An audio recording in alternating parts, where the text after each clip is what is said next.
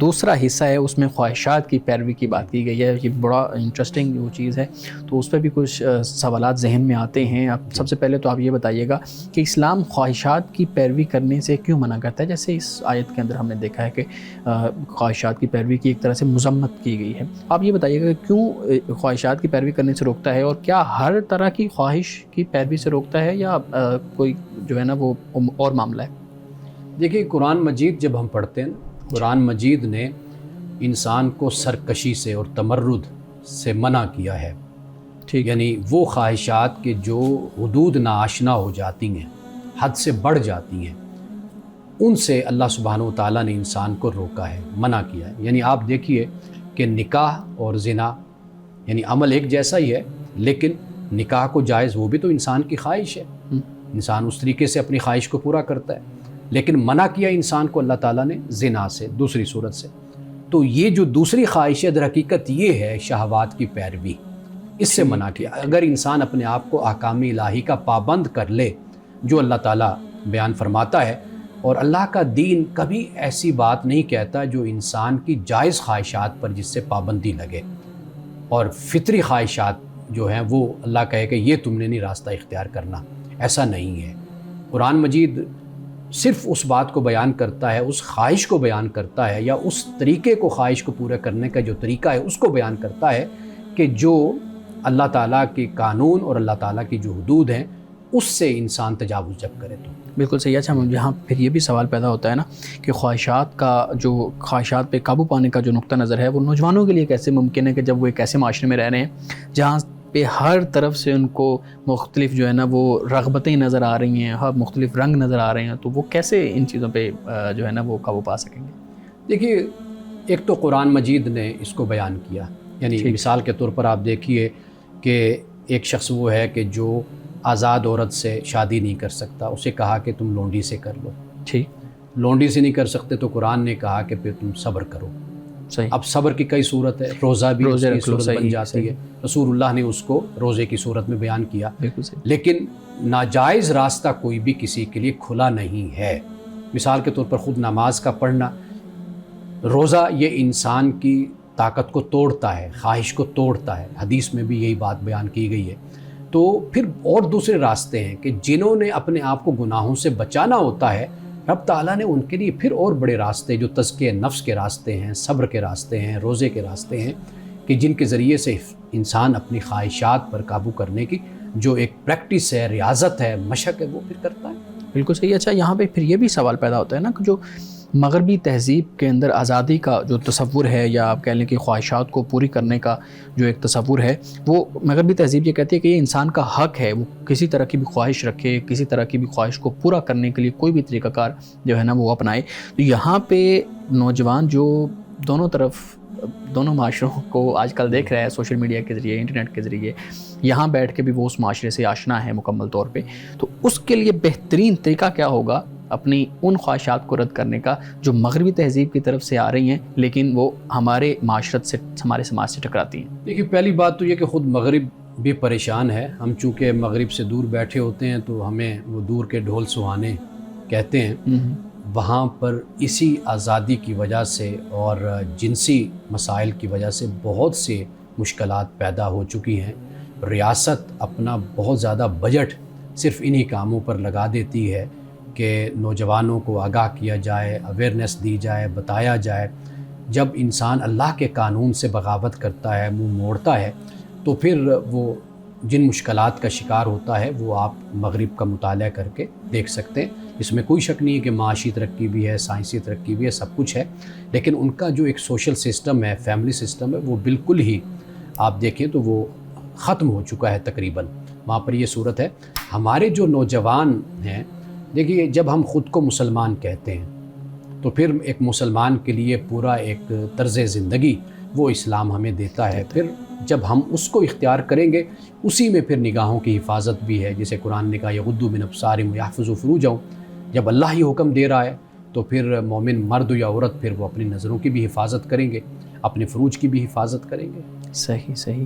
اچھا, یہاں پہ ایک چیز, یہ بھی چیز آپ بیان کیجیے گا کہ کیا یہ واقعی انسانی حقوق کی خلاف ورزی ہے خواہشات کی تکمیل سے روکنا، آپ نے بہت اچھے طریقے سے اس پہ کہا، لیکن وہ جو انسانی حقوق کے علم بردار ہیں ہمارے ہاں، خاص طور پہ جو موومنٹ چلتی ہیں، اس میں یہ چیز بیان کی جاتی ہے کہ انسانی حقوق کی خلاف ورزی ہے کہ آپ کسی کی خواہش کو پیدا ہونے سے روک دیں، اس کو دبا دیں، تو خدا جب خواہش کو خود اندر رکھ رہا ہے وہ دبانے کی کیسے بات کرے گا؟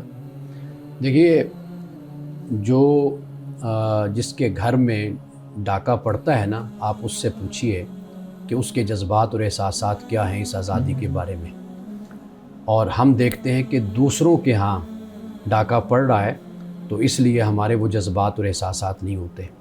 اس آزادی نے کیا گل کھلائے ہیں جو تصور آپ بیان کر رہے ہیں، اس آزادی نے کیا مشکلات پیدا کی ہیں، خاندانوں کو کس نے تباہ کیا ہے، اور اس آزادی نے نوجوانوں کو کس نے بے راہ روی کا شکار کیا ہے، کس طرح مسائل پیدا کیے ہیں نوجوانوں کی زندگی میں اور انسانوں کی زندگی میں، اسی سے اس کا مطالعہ کر کے معلوم ہو جاتا ہے۔ تو اصل چیز کیا ہے، وہ یہ ہے کہ جو خدا کا دین آپ کو تعلیم دیتا ہے، آپ کی رہنمائی کرتا ہے، اگر اس کے ساتھ انسان کا تعلق ہو تو وہ پھر آپ کو یہی بتاتا ہے کہ جو انسانی معاشرہ ہے وہ ایک جسے کہتے ہیں کہ بے مہار آزادی سے کبھی معاشرے قائم نہیں رہتے، معاشرے ہمیشہ تباہ ہوتے ہیں۔ آپ مغرب کی بات کرتے ہیں، یہ ایک رد عمل ہے۔ آپ نے جن لوگوں کی بات کی وہ مذہب سے ایک چونکہ ان کی مخالفت برائے مخالفت کا تصور ہے، تو وہ اس بنیاد پر مذہب کی دی ہوئی ہر ہدایت کو وہ رد کر دیتے ہیں۔ لیکن اگر ٹھنڈے دل و دماغ کے ساتھ بیٹھ کر سنجیدہ طریقے سے اگر وہ مطالعہ کریں، وہ دیکھیں خدا کی تعلیم اور الہام اور مذہب تو اپنی جگہ پر، معاشروں نے اپنے لیے بھی قیودات بنائی ہیں، حدود پیدا کیے ہیں، اپنے لیے بھی قوانین بنائے ہیں۔ اگر وہ قوانین، وہ حدود اگر انسانی آزادی پر قدغن نہیں بنتے یا انسانی حقوق کی خلاف ورزی نہیں ہوتی تو خدا کے بنائے ہوئے قوانین سے کیوں انسانی حقوق کی خلاف ورزی ہونے لگ گئی ہے؟ صحیح۔ ناظرین کرام، مزید سوالات شامل کرتے ہیں ایک بریک کے بعد، ہمارے ساتھ رہیے گا۔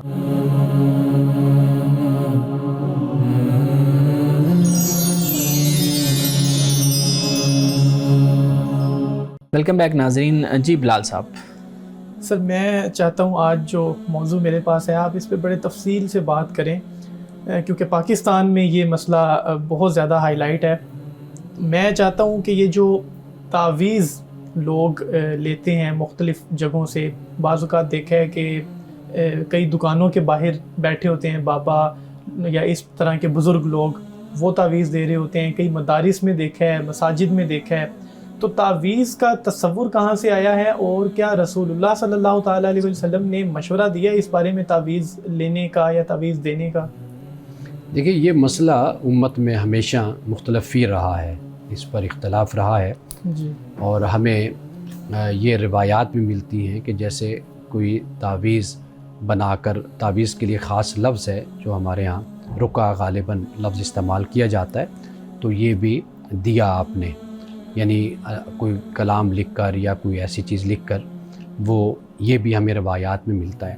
لیکن ہمارے دور میں علماء میں اس پر اختلاف رہا ہے، یعنی ایک علماء کا جو گروہ ہے، جماعت ہے، وہ اس کی قائل ہے کہ اگر کوئی ایسی چیز ہو جس پر لکھا ہوا ہو لیکن انسان کا جو عقیدہ ہے، انسان کا جو یقین ہے، وہ خدا کے ساتھ ہو، یعنی اس کاغذ نے، اس ٹکڑے نے کچھ نہیں کرنا، جو کرنے والی ذات ہے وہ خدا کی ذات ہے، یہ اس کے کلام کی برکت ہے کہ جس کو ہم اختیار کرتے ہیں۔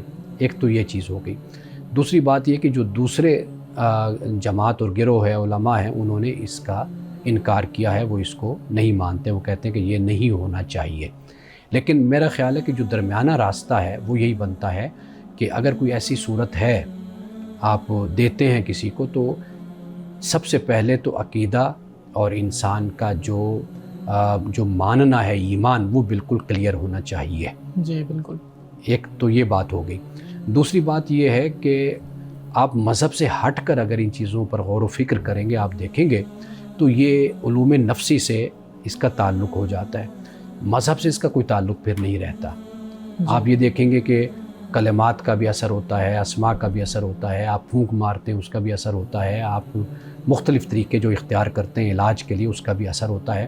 یہ سب کچھ پھر انسان کا تجربہ ہے، ایکسپیرینس ہے، ایکسپیریمنٹ ہے، کہ جس کے ذریعے سے انسان ان چیزوں کو اس طریقے سے سمجھتا ہے کہ اس کی صلاحیت، اس کا اثر، اس کی ایفیکٹنیس جو ان سی ہے وہ اس طرح ہوتی ہے، تو انہوں نے پھر اس طریقے سے استعمال کیا۔